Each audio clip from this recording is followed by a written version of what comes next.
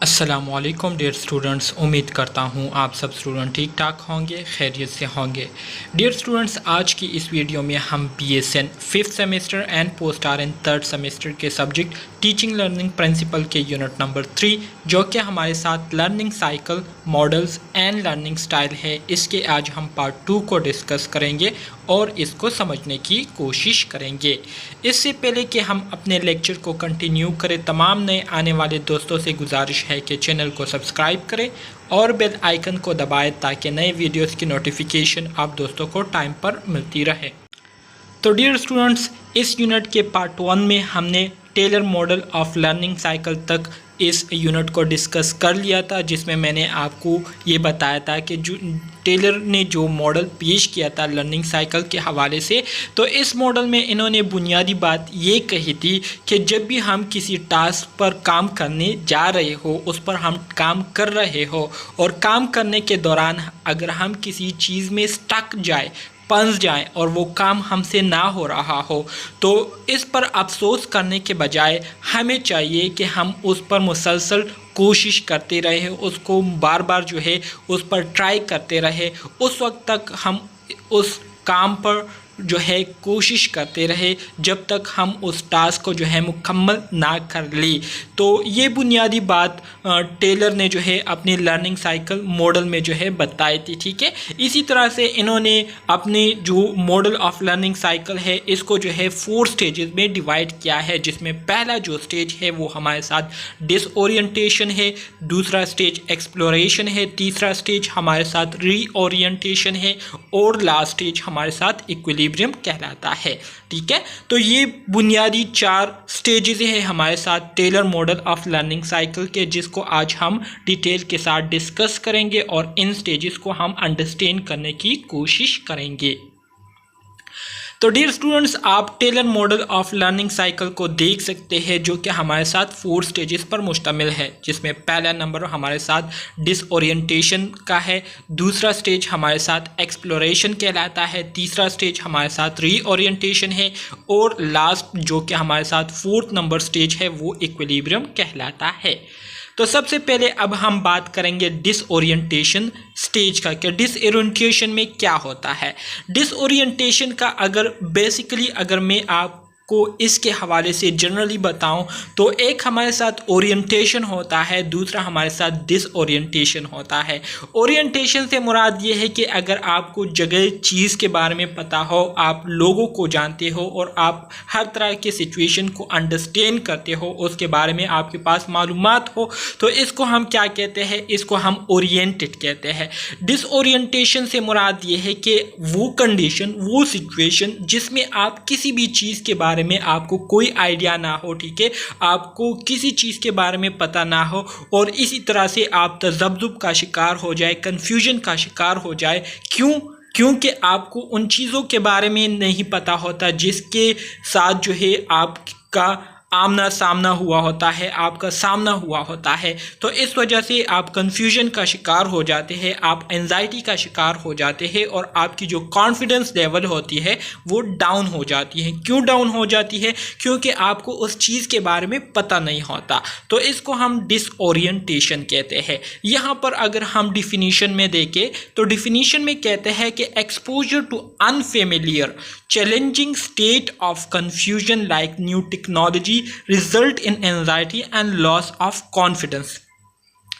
इसकी मैं आपको एक सिंपल एग्जाम्पल देता हूं, उस एग्जाम्पल के ज़रिए मैं आपको समझाने की कोशिश करूंगा।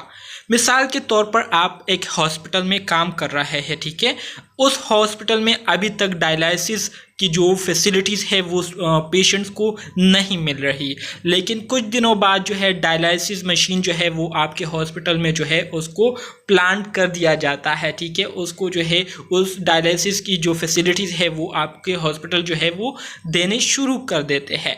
तो अब डायलिसिस मशीन जो है ये आपके हॉस्पिटल में नया आया है और आपकी जो ड्यूटी है वो भी डायलिसिस वार्ड में है, ठीक है। तो इस वजह से आपको उस मशीन के बारे में पता नहीं है कि इस मशीन को मैंने कैसे यूज़ करना है, इससे मैंने कैसे अपने पेशेंट की जो ब्लड है उसको मैंने फ़िल्टर करना है, ठीक है। तो इसके बारे में आपको पता नहीं है, तो इस वजह से आप जो है क्या हो जाते हैं, कन्फ्यूजन का शिकार हो जाते हैं, और आपके पास स्किल्स ना होने की वजह से, उस मशीन को यूज़ करने के स्किल्स आपके पास ना होने की वजह से आप एंजाइटी का शिकार हो जाते हैं, और इसी तरह से आपका जो कॉन्फिडेंस लेवल होता है वो डाउन हो जाता है, वो डिक्रीज़ हो जाता है। तो डिसओरिएंटेशन असल में हमारे साथ वो कंडीशन होती है जिसमें जो स्टूडेंट होते हैं या जो लर्नर्स होते हैं वो कन्फ्यूजन का शिकार हो जाते हैं, और वो चीज़ों से ना वाकिफ़ होते हैं इस कंडीशन में, ठीक है। तो इस वजह से वो जो है एंजाइटी का शिकार हो जाते हैं, और उनका जो कॉन्फिडेंस लेवल होता है वो डाउन हो जाता है। तो इस स्टेज को हम क्या कहते हैं, इस स्टेज को हम डिसओरिएंटेशन स्टेज कहते हैं। मिसाल के तौर पर मैं आपको एक दूसरा एग्जांपल देता हूँ। इस टॉपिक को डिस्कस करने से पहले जब मैंने आपके साथ इस टॉपिक का फर्स्ट टाइम जो है इस टॉपिक का नाम लिया, तो आप जो है थोड़े से कंफ्यूज हुए, आप जो है थोड़े से तजस्सुस का शिकार हुए कि डिसओरिएंटेशन किसे कहते हैं, ठीक है।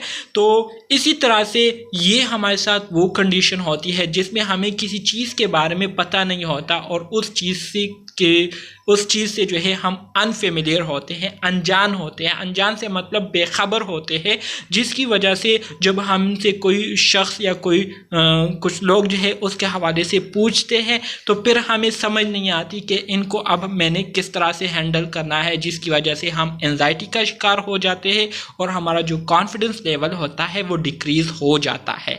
तो ये हमारे साथ पहला स्टेज है लर्निंग साइकिल का, ठीक है।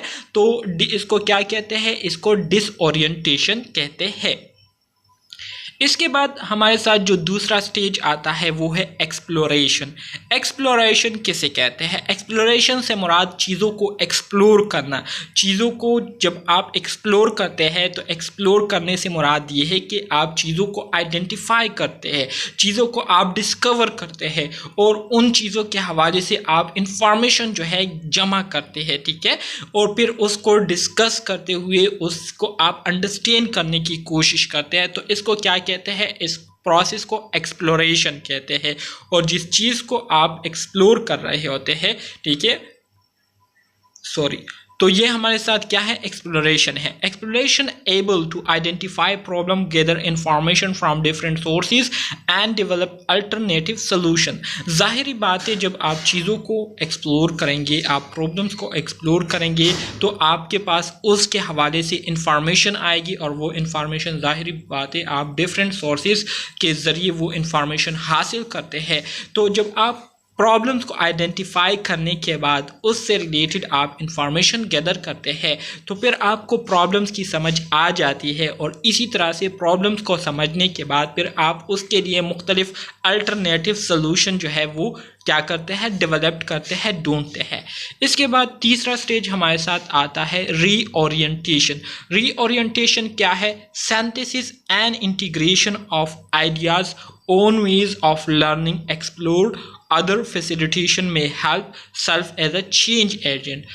रीओरिएंटेशन ये असल में हमारे साथ वो फेज़ होता है जिसमें जितने भी लर्नर्स होते हैं, तो वो चीज़ों को एक्सप्लोर करने के बाद, उसको अंडरस्टैंड करने के बाद, उन चीज़ों के हवाले से, उन प्रॉब्लम के हवाले से नए नए आइडियाज़ जो है वो क्रिएट करना शुरू कर देते हैं, और इसी तरह से फिर अपने मेथड से उन प्रॉब्लम्स को सॉल्व करने की कोशिश करते हैं। इसमें जो लर्नर होते हैं वो एज अ चेंज एजेंट के तौर पर रोल प्ले करते हैं, ठीक है। इक्विलिब्रियम क्या है? इक्विलिब्रियम से मुराद ये है कि ये हमारे साथ वो स्टेज है जिसमें लर्नर्स क्या होते हैं? कंसोलिडेशन स्टेट में आ जाते हैं, एलाबोरेशन स्टेज में आ जाते हैं, और इसी तरह से वो फिर नए आइडियाज़ और स्किल्स को जो है प्रॉब्लम्स पर अप्लाई करना शुरू कर देते हैं, और नए स्किल्स के ज़रिए, नए आइडियाज़ के ज़रिए वो अपने प्रॉब्लम्स को क्या करते हैं? सॉल्व करते हैं। कंसोलिडेशन से मुराद ये है मुस्तहकम रहना। एक चीज़ को जब आप मुस्तहकम करते हैं तो उसमें फिर किसी किस्म की डिस्टर्बेंस नहीं आती। चीज़ों की वजाहत करना, एलाबोरेशन से मुराद आप फिर चीज़ों की वजाहत करते हैं, चीज़ों को जो है फिर से अपने अल्फाज में डिफ़ाइन करने के काबिल हो जाते हैं, और इसी तरह से नए नए आइडिया स्किल्स को क्या करते हैं? उसको जो है अमल में लाते हैं और प्रैक्टिकली उस पर अमल करके उसके ज़रिए आप प्रॉब्लम सॉल्व करते हैं। तो ये 4 बुनियादी स्टेजेस हैं हमारे साथ Taylor model of learning cycle के, जो कि मैंने आप स्टूडेंट्स के साथ शेयर किया। उम्मीद करता हूँ आपको इसकी समझ आ गई होगी। एजुकेशनल इम्प्लीकेशन, एजुकेशनल हवाले से अगर हम बात करें तो educator should ensure that the activities are designed and carried out in ways that offer each learner the chance to engage in the manners that suit them best. ठीक है, कहते हैं कि जितने भी एजुकेटर्स हैं, एजुकेटर से मुराद जितने भी टीचिंग करते हैं, ठीक है, जैसे कि मैं आप स्टूडेंट्स को टीच कर रहा हूँ, आप लोगों को पढ़ा रहा हूँ, तो मैं क्या हूँ, एजुकेटर हूँ। तो कहते हैं कि जितने भी एजुकेटर हैं उन्हें जो है इस बात की यकीन दहानी करनी चाहिए कि वो अपनी एजुकेशन के दौरान, अपने टीचिंग के दौरान ऐसे एक्टिविटीज़ जो है वो डिज़ाइन करे, प्लान करे और उसको ऐसे अंदाज में जो है उसको डिलीवर करे जिसमें हर एक स्टूडेंट को, हर एक लर्नर को जो है बराबर की चांस उनके पास जो है अवेलेबल हो कि वो क्या करे, वो उस इन्वायरमेंट से जो है ज़्यादा से ज़्यादा सीखे और उस इन्वायरमेंट के ज़रिए जो है ज़्यादा से ज़्यादा लर्न करने की कोशिश करे। Individual can be help to learn more effectively by the identification of their lesser preferred learning styles and through the strengthening of these। ठीक है, इसी तरह से अगर लर्नर्स जो स्टूडेंट्स है, अगर वो बजाते खुद जो है अपनी जो लर्निंग स्टाइल है, ठीक है, उसको आइडेंटिफाई कर दे और आइडेंटिफाई करने के बाद उस पर अमल करना शुरू करे, तो इससे उनकी जो लर्निंग स्टाइल है वो भी क्या होगी, उसमें इम्प्रूवमेंट आएगी, उसमें बेहतरी आएगी और इसके साथ साथ वो चीज़ों को फिर इफ़ेक्टिव तरीके से क्या कर सकेंगे, लर्न कर सकेंगे। ठीक है, Teachers should assess the learning style of their students and adopt their classroom method to best fit each student learning style। ठीक है, इसी तरह से स्टूडेंट्स, टीचर्स की भी जो है ये रिस्पॉन्सिबिलिटी बनती है कि टीचर्स जो है, जितने भी टीचर्स हैं वो अपने स्टूडेंट्स की जो लर्निंग स्टाइल है उसके बारे में जो है जाने, उससे जो है अपने आप को आगाह रखे और उसी लर्निंग स्टाइल्स को फॉलो करते हुए अपने स्टूडेंट्स को पढ़ाए ताकि वो स्टूडेंट जो है बेहतर तरीके से चीज़ों को अंडरस्टैंड कर सके, उसको लर्न कर सके। ठीक है, तो यहाँ पर मैं आप स्टूडेंट्स को एक असाइनमेंट देता हूँ, आप लोगों ने जो है मुझे कमेंट में बताना है कि आपकी जो लर्निंग स्टाइल है वो क्या है, लर्निंग स्टाइल किसे कहते हैं, ये भी आगे डिटेल के साथ स्लाइड्स में मैं आपको बताने वाला हूँ।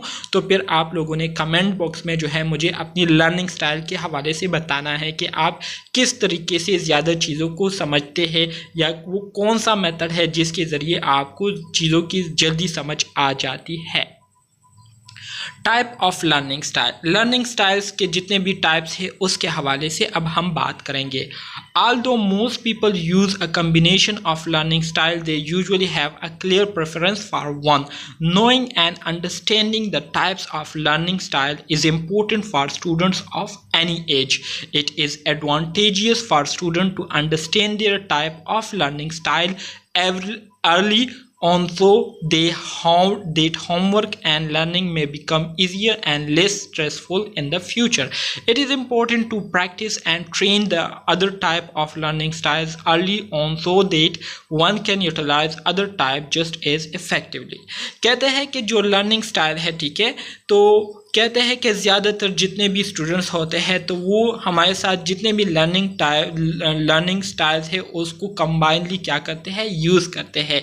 लेकिन इसके अलावा जितने भी स्टूडेंट्स हैं और जितने भी एज के स्टूडेंट्स हैं उनके लिए ये जानना और ये समझना बहुत ज़्यादा ज़रूरी है कि उनकी जो लर्निंग स्टाइल है वो क्या है, मतलब कौन से तरीके से वो चीज़ों को जल्दी याद कर लेते हैं, जल्दी अंडरस्टैंड कर लेते हैं। ठीक है, और ये चीज़ जो है ये बहुत ज़्यादा ही इम्पोर्टेंट होता है, बहुत ज़्यादा ही फ़ायदेमंद होता है स्टूडेंट्स के लिए कि अगर वो अपने लर्निंग स्टाइल को अंडरस्टैंड कर ले, उसके बारे में स्टूडेंट्स को पता हो कि कौन सा लर्निंग स्टाइल जो है वो मेरे लिए इफ़ेक्टिव है, उससे मुझे फ़ायदा पहुंचता है। तो इससे स्टूडेंट्स के लिए फिर अपनी जो होमवर्क है, ठीक है, उसको करना और अपने जो लर्निंग काम है उसको करना वो बहुत ज़्यादा आसान हो जाता है और उनको फिर ज़्यादा मेहनत की ज़रूरत नहीं होती। ठीक है, तो ये चीज़ें बहुत ज़्यादा ज़रूरी है। सो इसके हवाले से अब हम बात करेंगे। सबसे पहली जो हमारे साथ लर्निंग टाइप है वो है विजुअल लर्निंग, जिसको हम स्पेशियल लर्निंग भी कहते हैं।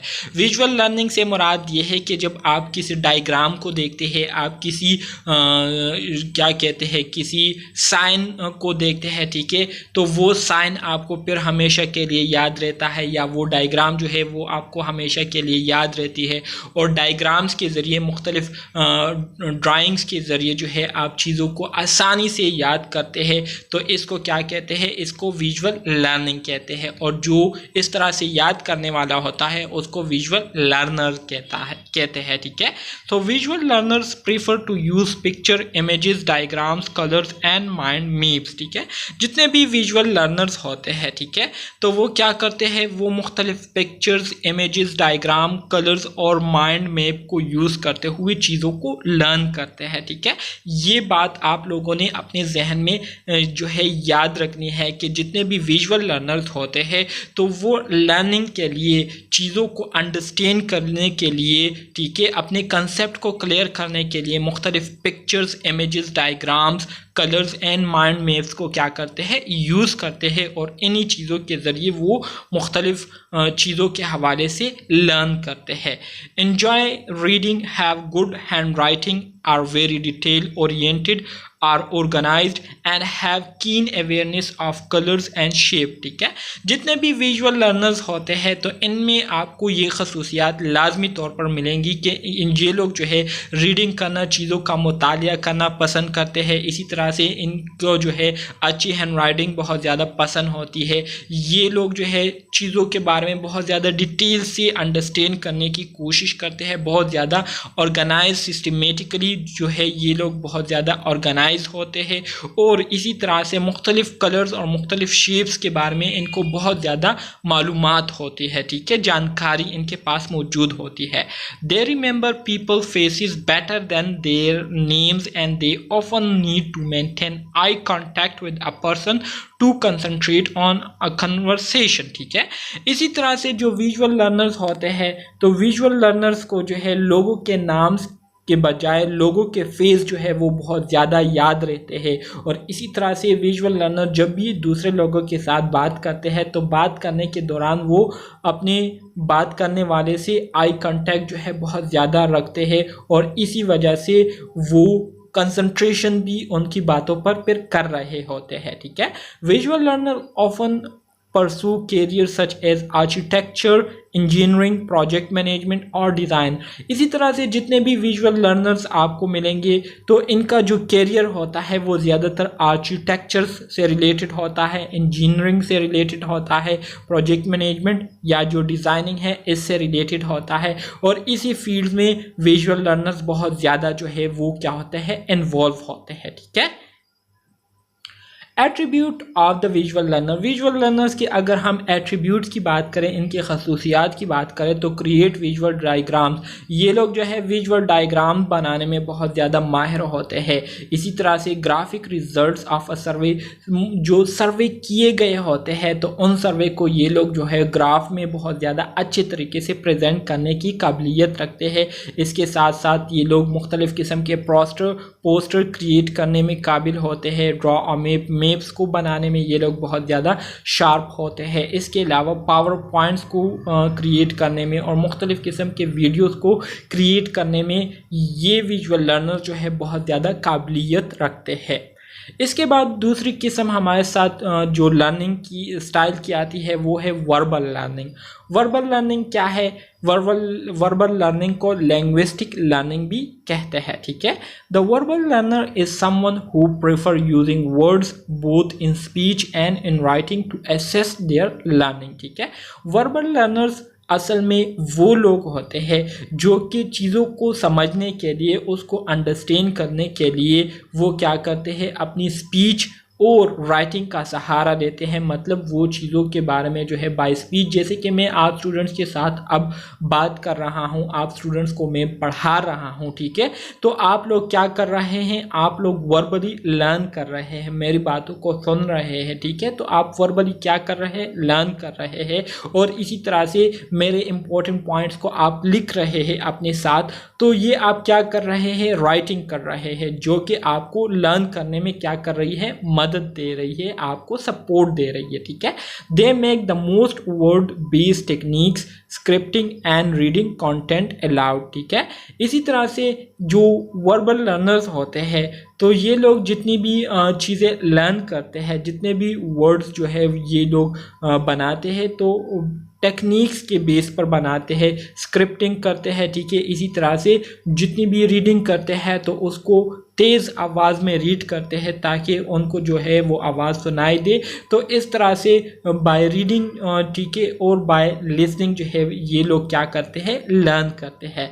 They learn best by hearing and speaking, ठीक है। मैं आप स्टूडेंट्स के साथ बोल रहा हूँ, आप स्टूडेंट्स को टीच कर रहा हूँ, तो आप स्टूडेंट भी मेरी आवाज़ सुन रहे हैं और मैं बजाते खुद भी अपनी आवाज़ जो है सुन रहा हूँ। तो आपसे ज़्यादा मेरी लर्निंग हो रही है क्योंकि मैं एक तो स्पीकिंग कर रहा हूँ, ठीक है, एक तो बोल रहा हूँ, आप स्टूडेंट्स के साथ डिस्कशन कर रहा हूँ, और दूसरा जो है मैं बजाते खुद अपनी आवाज़ को सुन भी रहा हूँ। तो इस वजह से यहाँ पर मैं 2 लर्निंग स्टाइल्स को यूज़ कर रहा हूँ, जिसकी वजह से आपकी बनिस्बत मेरी लर्निंग जो है ज़्यादा हो रही है। तो इसी तरह से अगर आप मेरी बातों को सुन रहे हैं, मेरे लेक्चर को देख रहे हैं और साथ ही उसके नोट्स भी आप तैयार कर रहे हैं, तो आप जो है 3 लर्निंग स्टाइल्स को यूज़ कर रहे हैं, और इसी तरह से फिर आपकी लर्निंग जो है मेरे बनिस्बत ज़्यादा होगी, आप ज़्यादा चीज़ों को लर्न कर रहे हैं, ठीक है। More talkative than the average person, are very social, enjoy hearing stories and jokes, understand concepts by talking about them, and may excel in music or the performing art. इसी तरह से जितने भी वर्बल लर्नर्स होते हैं तो verbal learner में आपको ये बातें बहुत ज़्यादा देखने को मिलेंगी कि ये लोग जो है बहुत ज़्यादा टाकेटिव होते हैं, मतलब बहुत ज़्यादा बातें करते रहते हैं। इसके साथ साथ बहुत ज़्यादा सोशल होते हैं, लोगों के साथ इनका इंटरेक्शन बहुत ज़्यादा होता है। इसके अलावा मुख्तलिफ़ किस्म की कहानियाँ और जो लतीफ़े वगैरह है इसको सुनना बहुत ज़्यादा पसंद करते हैं। इसके अलावा ये लोग जो है किसी टॉपिक को समझने के लिए उस पर डिस्कशन करते हुए अपने कंसेप्ट को क्या करते हैं, क्लियर करने की कोशिश करते हैं, ठीक है। इसके साथ साथ म्यूज़िक और आर्ट को परफॉर्म करने में भी ये बहुत ज़्यादा महारत रखते हैं। वर्बल लर्नर्स ऑफन परसू पब्लिक स्पीकिंग, ठीक है, writing, administration, journalism and politics, ठीक है। इसी तरह से जितने भी वर्बल लर्नर्स होते हैं तो इनका जो कैरियर होता है या फील्ड होता है तो ज़्यादातर पब्लिक स्पीकिंग से होता है, ठीक है। लोगों से तकरीरें वगैरह करते रहते हैं लोगों को, ठीक है। इसके अलावा राइटिंग में ये लोग बहुत ज़्यादा माहिर होते हैं, ठीक है। इसके साथ साथ एडमिनिस्ट्रेशन हो गई, ठीक है, जर्नलिज्म और पॉलिटिक्स में ये लोग बहुत ज़्यादा क्या करते हैं, दिलचस्पी रखते हैं। Attribute of verbal learner, verbal learner की खसूसियात की अगर हम बात करें तो ये क्या करते हैं, टीच कंसेप्ट, मुख्तलिफ़ कंसेप्ट के हवाले से ये लोगों को क्या करते हैं, टीच करते हैं, लोगों को पढ़ाते हैं। जैसे कि मैं आप स्टूडेंट्स के साथ जो है अब डिस्कशन कर रहा हूँ, आप स्टूडेंट्स को मैं पढ़ा रहा हूँ, तो मेरी जो लर्निंग स्टाइल है वो क्या है, वर्बल लर्निंग है, जिसकी वजह से मैं आपको मुख्तलिफ़ कंसेप्ट के हवाले से टीच कर रहा हूँ, ठीक है। इसी तरह से राइट इंस्ट्रक्शन, मुख्तलिफ़ चीज़ों के हवाले से जो इंस्ट्रक्शन है वो मैं क्या करता हूँ, लिखता हूँ। इसी तरह से क्रिएट एड्स, ठीक है, कीप अ जर्नल, इसी तरह से रीटेल एक्सपीरियंस इन ऑनवर्ड्स, अगर कोई सिचुएशन उन्होंने फेस किया हुआ हो, कोई सिचुएशन, कोई इवेंट जो है उन्होंने एक्सपीरियंस किया हो, तो उसको अपने अल्फाज में लिखने में बहुत ज़्यादा माहिर होते हैं वर्बल लर्नर्स। इसके साथ साथ teach concept making, concept mapping से मुराद ये है कि मुख्तलिफ़ किस्म के जो कंसेप्ट है उसकी मैपिंग करके उसका नक्शा बना के लोगों को आसानी से समझाने में बहुत ज़्यादा माहिर होते हैं। इसके अलावा स्टोरीज़ को लिखने में, कहानियाँ लिखने में ये लोग बहुत ज़्यादा दिलचस्पी रखते हैं। कौन लोग, जो वर्बल लर्नर्स होते हैं, ठीक है। और वर्बल लर्नर्स को दूसरा कौन सा नेम से याद किया जाता है, लिंग्विस्टिक लर्निंग, ठीक है। इसके बाद हमारे साथ तीसरा जो लर्निंग स्टाइल है उसको हम ओरल लर्निंग कहते हैं या ऑडिटरी या म्यूजिकल लर्निंग भी कहते हैं। People who prefer using sound, rhythms, music, recording clever Rhames and so on, ठीक है। सो ओरल लर्नर्स यूजुअली वो लोग होते हैं जो कि लर्निंग के दौरान मुख्तलिफ किस्म के साउंड्स को सुनते हैं, ठीक है, जैसे कि किसी कोई ख़ास रिदम हो गई, कोई ख़ास म्यूज़िक हो गई, कोई ख़ास रिकॉर्डिंग हो गई, ठीक है। तो इस तरह के रिदम को यूज़ करते हुए, इस तरह के साउंड्स म्यूज़िक को सुनते हुए वो चीज़ों को क्या करते हैं, लर्न करते हैं। जैसे अक्सर औक़ात आप लोगों ने देखा होगा कि कुछ लोग ऐसे होते हैं जो कि जब वो मैथ्स स्टडी कर रहे होते हैं या मैथ्स प्रैक्टिस कर रहे होते हैं या फिज़िक्स केमिस्ट्री प्रैक्टिस कर रहे होते हैं, तो इस दौरान उन्होंने अपने हेडफोन लगाए हुए होते हैं, सॉन्ग्स वगैरह सुन रहे होते हैं। तो असल में इस स्टेट में, इस कंडीशन में उनकी जो लर्निंग कैपेबिलिटीज़ होती है तो वो बहुत ज़्यादा इन्हांस हो जाती है, जिसकी वजह से उनको फिर चीज़ों की समझ अच्छे तरीके से आ जाती है। तो इसको कहते हैं ओरल लर्निंग, ठीक है, oral learning. They remember names and recognize tone of voice well, while not always remembering people faces. इसी तरह से verbal learning, oral learning की अगर मैं, या auditory learning की अगर मैं आपको एक एग्जांपल दूं, तो जितने भी नाबीना लोग होते हैं जिनको चीज़ें दिखाई नहीं देती, तो ये लोग क्या करते हैं, ये लोग जब एक बार किसी की आवाज़ सुन लेते हैं तो वो आवाज़ जो है इनको फिर हमेशा के लिए याद रहती है। और इसी तरह से फिर अगर आप उस बंदे के साथ जो है 10 साल बाद भी मिलते हैं, तो 10 साल बाद मिलने के बाद भी आप उनके साथ बात कर रहे हो तो वो जो है पहली बात में ही वो आपको जान लेते हैं कि ये कौन बोल रहे हैं, ठीक है। तो जो ओरल लर्नर्स होते हैं इनकी जो खसूसियत होती है वो ये होती है कि ये लोग फेसेस के बजाय आवाज़ों को आसानी से जो है समझ लेते हैं, उसको जान लेते हैं कि ये सामने वाला कौन बात कर रहा है, ठीक है।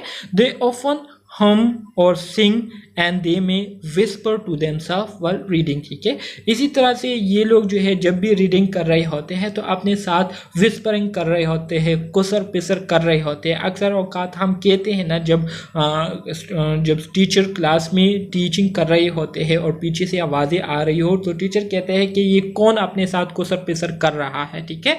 तो ये लोग जो है रीडिंग के दौरान कुसर पिसर करते हैं। इसके अलावा oral learners often pursue career such as musician, recording engineering, speech pathologist and language teachers. इसी तरह से जो ओरल लर्नर्स होते हैं तो इनका जो फील्ड होता है वो ज़्यादातर म्यूज़िक से रिलेटेड होता है। जो रिकॉर्डिंग इंजीनियर्स होते हैं जो कि वॉइस को रिकॉर्ड करने में माहिर होते हैं, उस फील्ड से रिलेटेड होता है। इसके अलावा जितने भी स्पीच डिफ़िकल्टीज़ या एबनॉर्मेलिटी डिजीज़ होते हैं तो उस से रिलेटेड फील्ड में ओरल लर्नर्स बहुत ज़्यादा इन्वॉल्व होते हैं। और लैंग्वेज के हवाले से जितने भी टीचर्स होते हैं जो कि लोगों को मुख्तलिफ़ ज़ुबानों के हवाले से सिखाते हैं, ज़ुबानें सिखाते हैं, पढ़ाते हैं, तो ओरल लर्नर जो है आपको इन फील्ड्स में जो है देखने को मिलेंगे। एट्रीब्यूट ऑफ ऑडिटरी और ओरल लर्नर की खसूसियात ये है कि राइट अ सॉन्ग्स लिखने में ये बहुत माहिर होते हैं, डांस करने में मुख्तलिफ डांस स्टेप्स को क्रिएट करने में माहिर होते हैं। इसी तरह से right a jingle, create a Rhames, और इसी तरह से मुख्तलिफ किस्म के जो रिदम है उसको क्रिएट करने में ये लोग बहुत ज़्यादा महारत रखते हैं। इसके बाद तीसरे नंबर पर हमारे साथ जो लर्निंग स्टाइल है वो फिज़िकल लर्निंग है। फिज़िकल लर्निंग को काइनेस्थेटिक लर्निंग भी कहते हैं। These are the learn by doing people that use their body to assist in their learning. जो फिज़िकल लर्नर्स होते हैं तो बेसिकली फ़िज़िकल लर्नर से मुराद ये है कि ये वो लोग होते हैं जो चीज़ों को प्रैक्टिकली करके उस पर एक्सपेरिमेंट के ज़रिए, ट्रायल और एरर के ज़रिए क्या करते हैं, चीज़ों को लर्न करते हैं, उसको अंडरस्टैंड करते हैं, सीखते हैं। तो ऐसे लर्नर्स को क्या कहते हैं, फिजिकल लर्नर्स कहते हैं। जैसे कि drawing a diagrams, using physical objects और role playing are all strategies of physical learners. Physical learners जब लर्निंग करते हैं तो लर्निंग के दौरान ये मुख्तलिफ़ किस्म के डायग्राम्स ड्रा करते हैं, मुख्तलिफ फिजिकल ऑब्जेक्ट्स को यूज़ करते हैं या एज अ रोल मॉडल के तौर पर रोल प्ले करते हुए उन चीज़ों को अंडरस्टैंड करने की कोशिश करते हैं। Interested in careers such as emergency services, safety, representative, physical education और एंटरटेनमेंट। इसी तरह से आपको फ़िज़िकल लर्नर्स जो है इमरजेंसी सर्विसेज में ज़्यादा देखने को मिलेंगे, सेफ्टी में, रिप्रेजेंटेटिव मैनेजमेंट में आपको ज़्यादा देखने को मिलेंगे, फ़िज़िकल एजुकेशन देने में और एंटरटेनमेंट में जो है आपको फ़िज़िकल लर्नर बहुत ज़्यादा देखने को मिलेंगे। ठीक है, इनके एट्रीब्यूट्स की अगर हम बात करें तो ये गेम्स, मुख्तलिफ गेम्स को क्रिएट करने में माहिर होते हैं, डू एन एक्सपेरिमेंट, मुख्तलिफ किस्म के एक्सपेरिमेंट्स करते हैं, मुख्तलिफ किस्म के मॉडल्स क्रिएट करते हैं। इसी तरह से बिल्ड अ रिप्रेजेंटेशन जो है अच्छे तरीके से बनाते हैं और क्रिएट अ स्पोर्ट, मुख्तलिफ किस्म के जो स्पोर्ट्स है उसको क्रिएट करने में ये लोग बहुत ज़्यादा माहिर होते हैं। इसके बाद हमारे साथ जो चौथा लर्निंग स्टाइल है वो हमारे साथ लॉजिकल लर्निंग या मैथमेटिकल लर्निंग कहलाती है। The people who prefer using logic, reasoning and system to explain और understand concept. So logical learners जो है ज़्यादातर वो लोग होते हैं जो कि मुख्तलिफ कॉन्सेप्ट को अंडरस्टैंड करने के लिए या उसको एक्सप्लेन करने के लिए मुख्तलिफ लॉजिक्स को, मुख्तलिफ चीज़ों पर रीजनिंग करते हुए क्या करते हैं, उन चीज़ों को क्या करते हैं, एक्सप्लेन करते हैं या अंडरस्टैंड करने की कोशिश करते हैं। जैसे कि मिसाल के तौर पर मैं आपको आईवी लाइन के बारे में बताता हूँ। ठीक है, कि आईवी लाइन जो है ये हमारे साथ क्या है, ये हमारे साथ एक प्रोसेस होता है जिसमें हम क्या करते हैं, इंट्रावीनसली क्या करते हैं, नीडल को पास करते हैं और पेशेंट को ड्रग जो है एडमिनिस्टर करते हैं थ्रू वेन। तो ये मैंने आपको एक आईवी लाइन मेथड के बारे में बताया। तो आप उस मेथड को प्रॉपर तरीके से अंडरस्टैंड करने के लिए उसके पीछे लॉजिक जो है आप जानने की कोशिश करते हैं कि आईवी लाइन को आईवी लाइन क्यों कहते हैं और इसको हम खाली वेन्स में ही क्यों एडमिनिस्टर करते हैं, आर्टरीज में इसको हम क्यों एडमिनिस्टर नहीं कर सकते। ठीक है, तो उस पर हम रीजनिंग करते हैं, बहस मुबाहिसा करते हैं और मुख्तलिफ लॉजिक पॉइंट ऑफ व्यू से उसको अंडरस्टैंड करने की कोशिश करते हैं। तो इस तरह के जो लोग होते हैं इनको लॉजिकल लर्नर्स कहते हैं। ठीक है, they aim to understand the reasons behind the learning and have a good ability to understand the bigger pictures। ठीक है, इसी तरह से लॉजिकल लर्नर्स जो है इनका बुनियादी मकसद ये होता है कि अगर हम कोई काम कर रहे हैं तो उस काम के पीछे क्या वजह है, तो उस वजह को अंडरस्टैंड करना जो है इनका बुनियादी मकसद होता है। ठीक है, सो ये लोग जो है मुख्तलिफ किस्म की चीज़ें जो है उसके हवाले से उसको बेहतर तरीके से अंडरस्टैंड करने में बहुत ज़्यादा माहिर होते हैं और ये काबिलियत इनमें पाई जाती है। ठीक है, logical learners often lean toward classifying and grouping information to help them further understand. इसी तरह से लॉजिकल लर्नर्स में आपको ये खसूसियत भी ज़्यादा देखने को मिलेंगी कि ये लोग क्या करते हैं, मुख्तलिफ चीज़ों को मुख्तलिफ क्लासेस और कैटेगरी में क्या करते हैं, डिवाइड करते हैं और इसी तरह से उसको अलग अलग करके उसको फिर क्या करते हैं, स्टडी करते हैं। तो इस तरीके से उनको उन चीज़ों के हवाले से फिर बेहतर तरीके से समझ आ जाती है। इसके अलावा ये लोग जो है आपको ऐसे फील्ड में मिलेंगे जैसे कि साइंटिफिक रिसर्च फील्ड हो गया, अकाउंटेंसी हो गई, मतलब हिसाब किताब हो गए, बुक कीपिंग, मुख्तलिफ किताबों को किस तरह से रखना है और कंप्यूटर प्रोग्रामिंग, इस तरह के फील्ड में आपको लॉजिकल लर्नर्स जो है बहुत ज़्यादा मिलेंगे। ठीक है, तो ये इनका फील्ड होता है। इसी तरह से इनके खसूसियात के बारे में अगर मैं बात करूं तो create a code, make a timeline. ये लोग जो है मुख्तलिफ किस्म के कोड्स को क्रिएट करने में माहिर होते हैं। इसी तरह से चीज़ों को कंपेयर करके उन आइडियाज़ को क्या करते हैं, आइडियाज़ को कंपेयर करते हैं, उनमें फ़र्क को वाज़ेह करने की कोशिश करने में ये लोग माहिर होते हैं। इसी तरह से मुख्तलिफ प्लानिंग को जो है उसको मैप करते हैं, मतलब उसका नक्शा बनाने में काफ़ी माहिर होते हैं। मुख्तलिफ किस्म के पैटर्न जो है शो करने में माहिर होते हैं। इसी तरह से टीच कंसेप्ट मैपिंग, किस तरह से मैंने लोगों की कंसेप्ट को बनाना है। ठीक है, किस तरह से मैंने लोगों के माइंड में जो है किसी चीज़ के हवाले से एक नक्शा डालना है। तो इस चीज़ में ये लोग जो है बहुत ज़्यादा माहिर होते हैं। कौन लोग? जो लॉजिकल लर्नर्स होते हैं वो लोग जो है बहुत ज़्यादा माहिर होते हैं। ठीक है, तो डियर स्टूडेंट्स अब हम बात करेंगे सोशल लर्निंग की, जिसको हम इंटरपर्सनल लर्निंग भी कहते हैं। इसके नाम से आप स्टूडेंट्स को अंदाज़ा हो रहा होगा कि इसमें लर्नर्स किस तरह से लर्न करते हैं। सोशल लर्निंग क्या है? These peoples are the one who enjoy learning in group or with other peoples and aim to work with others as much as possible। ठीक है, सोशल लर्नर्स जो है ये असल में हमारे साथ वो लोग होते हैं जो कि यूजुअली जब भी लर्निंग करते हैं तो अपने साथ अपने ग्रुप मेंबर्स के साथ चीज़ों को डिस्कस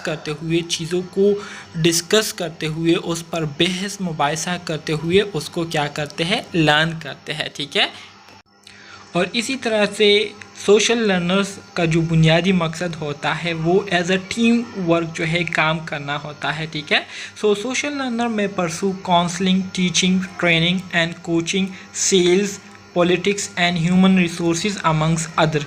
इसी तरह से जितने भी सोशल लर्नर्स होते हैं तो ये लोग जो है आपको अक्सर औकात जो है काउंसलिंग करते हुए, टीचिंग करते हुए, लोगों को ट्रेनिंग देते हुए, कोचिंग करते हुए, सेल्स करते हुए, इसी तरह से पॉलिटिक्स के हवाले से लोगों के साथ डिस्कशन करते हुए, ह्यूमन रिसोर्सेज वगैरह को देखते हुए आपको नज़र आएंगे। ठीक है, मतलब इन फील्ड में ये लोग जो है बहुत ज़्यादा माहिर होते हैं और बहुत अच्छे तरीके से ये लोग जो है इन फील्ड्स के ज़रिए अपनी लर्निंग करते हैं और अपने टास्क को कंप्लीट करते हैं।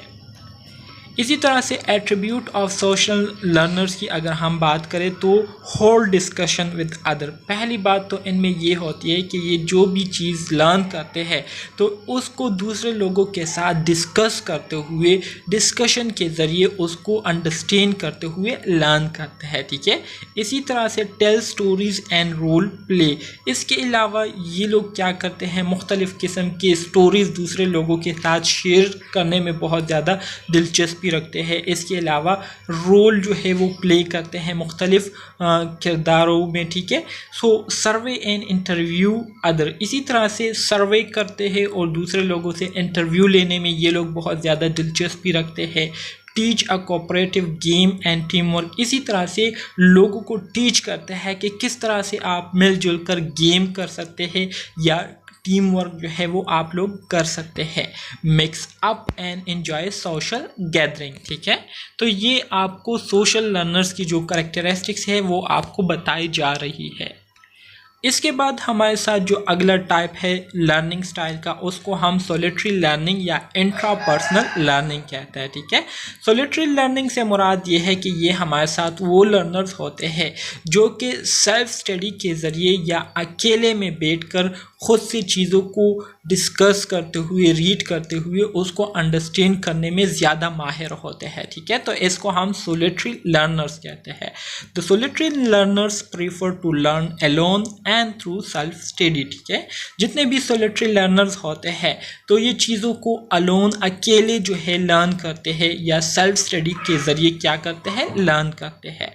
There concentration is at it best when focus on thoughts and feeling without the distraction of others। ठीक है, इसका मतलब यह है कि जब सोलिटरी लर्नर्स अकेले होते हैं तो अकेले बैठकर ये अपने थॉट्स और फीलिंग पर बेहतर तरीके से कंसंट्रेट कर पाते हैं और इसी तरह से फिर उसको सही तरीके से अंडरस्टैंड कर लेते हैं। Authors and researchers often have a strong solitary learning style. तो इस फील्ड में आपको ज़्यादातर जो मुसन्निफ़ होते हैं जो कि मुख्तलिफ़ किताबें लिखते हैं, नावल्स लिखते हैं, तो वो आपको नज़र आएंगे। और जितने भी रिसर्चर होते हैं तो ये लोग ज़्यादातर जो है अकेले बैठकर सेल्फ स्टडी के ज़रिए चीज़ों को लर्न करने की कोशिश करते हैं और क्रिएटिव माइंड या क्रिएटिंग थिंकिंग जो है ये लोग करते हैं।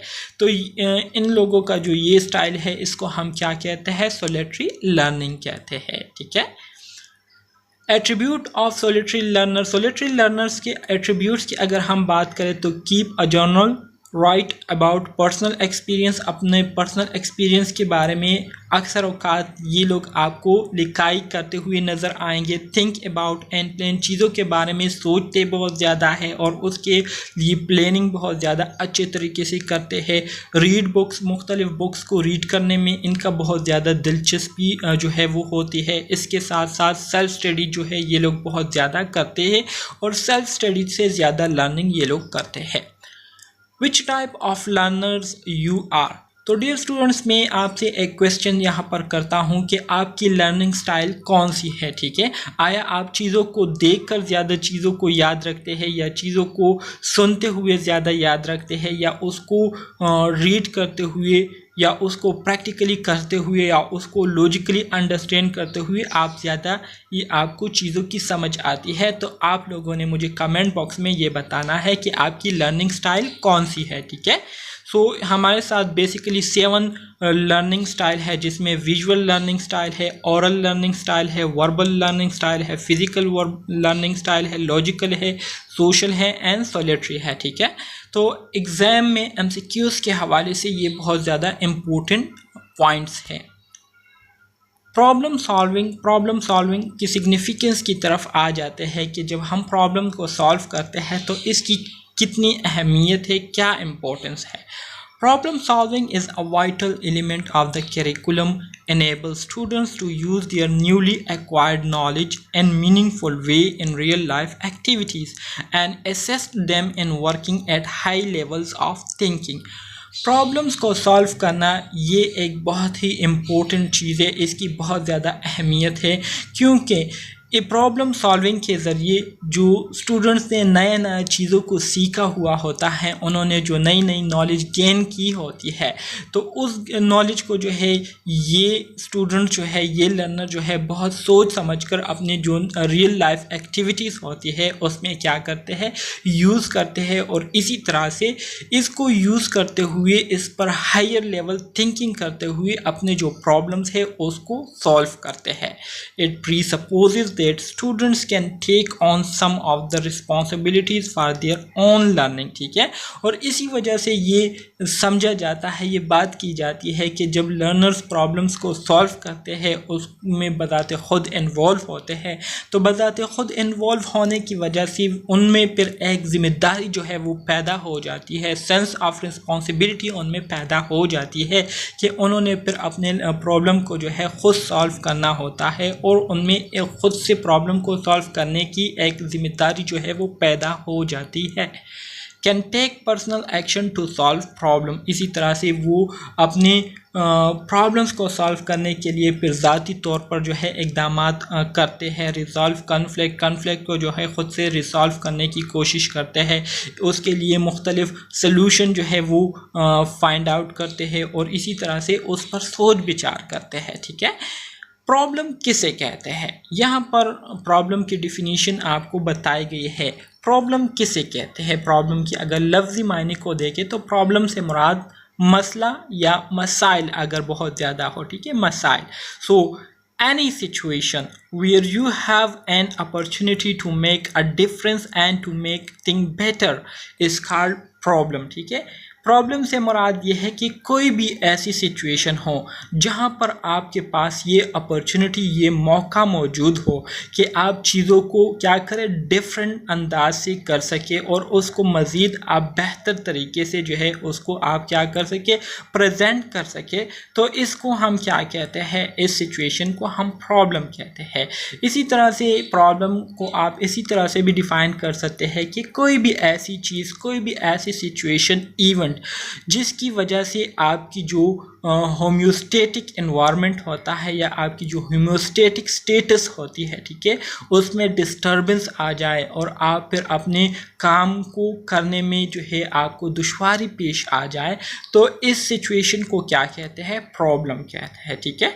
अ problem arises when we need to overcome some obstacles in order to get from our current state to a desired state, ठीक है। और इसी तरह से ज़ाहिरी बात है, प्रॉब्लम तभी पैदा होती है जब हम जो है अपने सामने कुछ मसाइल को हल करते हुए अपनी जो मौजूदा कंडीशन है उससे हम जो है उससे बेहतर कंडीशन की तरफ जाने की कोशिश करते हैं, तो हमें फिर प्रॉब्लम जो है वो सामने आती है। प्रॉब्लम जो है वो हमारी जो मंजिल है उसके दरमियान में रुकावट बनती है, ठीक है। प्रॉब्लम सॉल्विंग अब किसे कहते हैं, Problem solving is the ability to identify and solve problems by applying appropriate skills systematically. Problem solving किसी भी शख्स की वो एबिलिटी, किसी भी शख्स की वो खसूसियत जिसमें वो सबसे पहले प्रॉब्लम को आइडेंटिफाई करते हैं कि क्या मसला है, किस वजह से काज हुआ है, क्यों काज हुआ है, तो उस प्रॉब्लम को आइडेंटिफाई करते हैं और उस प्रॉब्लम को आइडेंटिफाई करने के बाद उसको हल करने के लिए प्रॉपर तरीके से अपने स्किल्स को जो है सिस्टमेटिकली यूज़ करते हुए उन मसाइल को हल करे। तो इस एबिलिटी को क्या कहते हैं? इस एबिलिटी को प्रॉब्लम सॉल्विंग कहते हैं। ठीक है, problem solving is the process that an organism implements in order to try to get from current state to the desired state. ठीक है, प्रॉब्लम सॉल्विंग ये एक ऐसा अमल होता है जिसमें लोग जो है मुख्तलिफ स्किल्स को यूज़ करते हुए अपनी जो मौजूदा कंडीशन है उससे बाहर निकलने की कोशिश करते हैं और अपने डिज़ायर स्टेट को हासिल करने की कोशिश करते हैं। ठीक है, तो इस प्रोसेस को प्रॉब्लम सॉल्विंग कहते हैं। 3 basic function of problem solving are. Problem solving के हमारे साथ जो 3 बुनियादी फंक्शन है वो क्या है? वो ये है कि जब भी हम प्रॉब्लम्स को सॉल्व करते हैं तो मसाइल को हल करने के दौरान हम क्या करते हैं, हमें क्या फ़ायदा होता है? सीकिंग इंफॉर्मेशन, हमें बहुत कुछ इंफॉर्मेशन जो है वो सीखने को मिलता है। जनरेटिंग न्यू नॉलेज, इसी तरह से अगर उस प्रॉब्लम को सॉल्व करने के लिए हमारे पास नॉलेज ना हो तो उसके लिए हम नई नॉलेज को जो है वो हासिल करते हैं और इसी तरह से फिर हम फैसले करते हैं, डिसीजन लेते हैं। तो ये 3 बुनियादी फंक्शन है प्रॉब्लम्स को सॉल्व करने की। ठीक है, 5 स्टेजेस या 5 stages model of problem solving. Problem solving के हमारे साथ 5 स्टेजेस मॉडल है। Here is a 5 stage model that most students can easily memorise and put in action which has direct application to many areas of everyday life to solve their problems. इसी तरह से हमारे साथ problem solving model के 5 stages है जिसको हर एक student जो है आसानी से याद भी कर सकते हैं, उस पर अमल भी कर सकते हैं और अपने रोज़मर्रा की ज़िंदगी में उनको जितने भी प्रॉब्लम दरपेश आते हैं तो उन प्रॉब्लम्स को इन्हीं 5 स्टेजेस के ज़रिए वो सॉल्व भी कर सकते हैं आसानी से। सो इसमें जो पहला स्टेज है हमारे साथ वो क्या है? डिफाइन प्रॉब्लम, जिसमें हम प्रॉब्लम को आइडेंटिफाई करते हैं, उसको क्या करते हैं, उसको आइडेंटिफाई करते हैं कि क्या मसला है। ठीक है, जब हमें मसले का पता चलता है तो तभी फिर उस पर हम मज़ीद आगे काम कर सकते हैं। दूसरा जो स्टेज है वो हमारे साथ एनालाइज प्रॉब्लम और काज, मतलब जो मसला दरपेश आया है तो इसके पीछे क्या वजह है, क्यों ये मसला जो है दरपेश आया है, किस वजह से दरपेश आया है, तो उसके काजेस को हम क्या करेंगे? दूसरे स्टेज में एनालाइज करेंगे, जानने की कोशिश करेंगे। तीसरा जो स्टेज है वो हमारे साथ डेवलप प्लान है, मतलब जब काजेस को हमने जान लिया तो उसके बाद फिर हम उन प्रॉब्लम को सॉल्व करने के लिए प्लानिंग करेंगे, जिसमें हम मुख्तलिफ स्ट्रेटजीज जो है उसको हम प्लान करेंगे कि इन मेथड्स को जो है हम अप्लाई करेंगे प्रॉब्लम्स पर और इन मेथड्स के ज़रिए हम प्रॉब्लम्स को क्या करेंगे? सॉल्व करेंगे। इसी तरह से जो चौथा स्टेज है वो हमारे साथ इम्प्लीमेंट एंड मॉनिटर प्लान है, मतलब प्लानिंग के बाद हम उसी प्लानिंग को प्रैक्टिकली जो है अपने प्रॉब्लम्स पर अप्लाई करेंगे, उस पर अमल करेंगे और अमल करने के साथ साथ उसको हम मॉनिटर करते रहेंगे कि आया हम अपने प्लान के मुताबिक जा रहे हैं या नहीं। ठीक है, इसके अलावा जो लास्ट स्टेज है हमारे साथ प्रॉब्लम सॉल्विंग का तो वो है इवॉल्वेट द प्लान। हमने अपनी प्लान की इवॉल्वेशन करनी है कि आया हमने प्लान के मुताबिक जो काम किया था, जो इम्प्लीमेंटेशन की थी, आया उससे हमारा मसला हल हो चुका है या नहीं। तो ये 5 बुनियादी स्टेजेस है प्रॉब्लम्स को सॉल्व करने के। ठीक है, डिफाइन द प्रॉब्लम। पहले स्टेज में हम प्रॉब्लम को डिफाइन करते हैं एक्चुअली व्हाट हैपन, जिसमें हम देखते हैं कि क्या हुआ है। ठीक है, डिफाइन योर प्रॉब्लम और the situation which has cause uncertainty. ठीक है, इसमें हम अपने प्रॉब्लम को डिफाइन करते हैं या उस सिचुएशन को जानने की कोशिश करते हैं जिसकी वजह से अनसर्टिनिटी तज़ब्ज़ुब का शिकार हम हो चुके होते हैं। So diagnose the situation so that your focus is on the cause of the problem, not just its symptom. So इसमें हम क्या करते हैं, सिचुएशन को जानने की कोशिश करते हैं, जिसमें ना सिर्फ हम प्रॉब्लम के जो काजेस है उस ना सिर्फ प्रॉब्लम के सिम्टम्स को देखते हैं बल्कि प्रॉब्लम के पीछे जो काजेस है उसको भी जानने की कोशिश करते हैं। Students need to be aware of any barrier और constraint that may be preventing them from achieving their goal. तो इस दौरान स्टूडेंट्स लर्नर को चाहिए कि वो हर तरह की रुकावटों से, हर तरह के जो परेशानियां हैं, ठीक है, जो मसाइल है उससे आगाह रहे, ठीक है, जिसकी वजह से वो अपने गोल्स को अचीव करने में उनको दुश्वारी आ सकती है। दूसरा स्टेज हमारे साथ क्या है, analyse the cause. Analyse the cause में हम क्या करते हैं कि क्या प्रॉब्लम काज हुई है, ठीक है, कैसे प्रॉब्लम काज हुई है, हाउ, कहाँ पर प्रॉब्लम काज हुई है, वेयर, कब प्रॉब्लम काज हुई है, व्हेन, एंड किसके साथ मसला जो है दरपेश आया है, होम, ठीक है। So review and document how processes currently work, ठीक है। इसमें हम देखते हैं कि किस तरह से जो मौजूदा कंडीशन है उसमें काम हो रहा है, हु डज व्हाट, किसने क्या किया, with what information using what tool, ठीक है, किस इंफॉर्मेशन के साथ उन्होंने कौन सा टूल यूज़ किया था, communicating with organisation and individual, किन लोगों के साथ इन्होंने बात की थी और किस टाइम पर जो है इन्होंने बात की थी और किस तरीके से की थी। तो ये सारी चीज़ें हम दूसरी स्टेज में देखते हैं। Use of factual information, comparison of expectation to reality and focus on root cause of problem. इसमें हम जो असल इंफॉर्मेशन है उसको यूज़ करते हैं, उसको हम एक्सपेक्टेशन के साथ कंपेयर करते हैं, ठीक है, हमारी जो एक्सपेक्टेशन थी उसको हम रियलिटी के साथ कंपेयर करते हैं ताकि हमें पता चले कि हम कितने दूर है अपने गोल से, अपने गोल को अचीव करने से। सो एनालाइज द काज में हम प्रॉब्लम के जो बुनियादी जड़ है उसको जानने की कोशिश करते हैं। तीसरा हमारे साथ है develop the plan. Develop the plan में हम क्या करते हैं, मल्टीपल स्ट्रेटजीज और आइडियाज़ को क्रिएट करते हैं। Develop a route map for investigating alternative, brainstorming and team problem solving techniques are both useful tools in this stage of problem solving.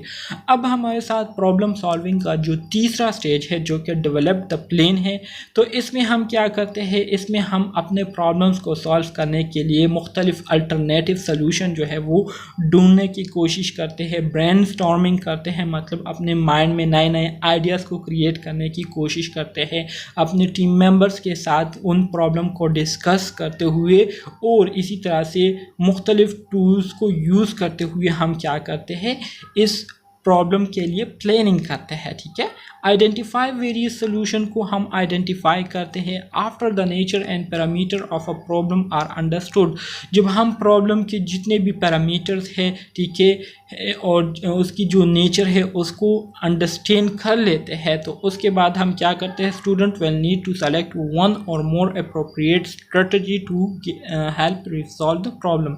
तो फिर लर्नर ने क्या करना होता है, बहुत सारे अल्टरनेटिव में से बेस्ट वन अल्टरनेटिव जो है उसको चूज़ करना होता है, जिसके ज़रिए उन्होंने अपने प्रॉब्लम को सॉल्व करनी होती है। जो 4 नंबर हमारे साथ स्टेज है वो है implement and monitor the plan. Implement and follow up on the solution. इसमें हमने जो प्लानिंग की थी तो उसको प्रैक्टिकली अपने प्रॉब्लम्स पर अप्लाई करते हैं। Try to work through selected strategy और कम्बिनेशन ऑफ स्ट्रेटजी, ठीक है, जो स्ट्रेटजीज हमने सेलेक्ट किए होते हैं, ठीक है, तो उसके ज़रिए हम प्रॉब्लम को सॉल्व करने की कोशिश करते हैं। Sell the solution to other or facilitate the implementation by involving the efforts of other. इसी तरह से अपने जो सोल्यूशन है उसको दूसरे लोगों के साथ क्या करते हैं, शेयर करते हैं, या दूसरे लोगों ने जो कोशिश की होती है, ठीक है, मुख्तलिफ अल्टरनेटिव को फाइंड आउट करने में, तो उसको हम प्रैक्टिकली अप्लाई करते हैं। द मोस्ट इफ़ेक्टिव अप्रोच है ये हमारे साथ involve other in implementation as a way of minimising resistance to a subsequent changes. Last जो स्टेज है हमारे साथ प्रॉब्लम सॉल्विंग का वो है इवॉल्वेट द प्लान। इसमें हम क्या करते हैं, रिजल्ट को इवॉल्वेट करते हैं। It's vitally important that one should assess their own problem solving skills and the solution they generate from using those skills। It is important to know that your desire result are achieve or not through the selected strategy. ठीक है, तो जैसे कि मैंने आपको कहा था कि इवॉल्वेट द प्लान में हम क्या करते हैं, इवॉल्वेट द प्लान में हम अपनी जो प्लानिंग है उसके रिजल्ट्स को हम देखते हैं कि आया हमने प्लानिंग पर अमल करने के बाद आया हमने अपने प्रॉब्लम्स को सॉल्व कर लिए है या नहीं, आया हम अपने गोल्स को अचीव करने में कामयाब हो चुके हैं या नहीं। तो ये हम अपनी लास्ट स्टेज इवॉल्वेट द प्लान में हम करते हैं। ठीक है, तो डियर स्टूडेंट्स ये था हमारे साथ टीचिंग लर्निंग प्रिंसिपल का यूनिट नंबर 3 जो कि मैंने आज स्टूडेंट्स के साथ शेयर किया। उम्मीद करता हूँ आपको इसकी समझ आ गई होगी, लेकिन अगर फिर भी कोई मसला है, कोई कन्फ्यूजन है तो आप कमेंट बॉक्स में डायरेक्टली मुझसे क्वेश्चन पूछ सकते हैं। और लर्निंग स्टाइल जो है आप लोगों ने लाजमी तौर पर मुझे कमेंट में बतानी है कि आपका जो चीज़ों को याद करने का तरीका है तो वो क्या है, तो ये आप लोगों ने कमेंट बॉक्स में मुझे ज़रूर बताना है। ठीक है, तो मिलते हैं यूनिट नंबर 4 में, तब तक के लिए अल्लाह हाफिज़।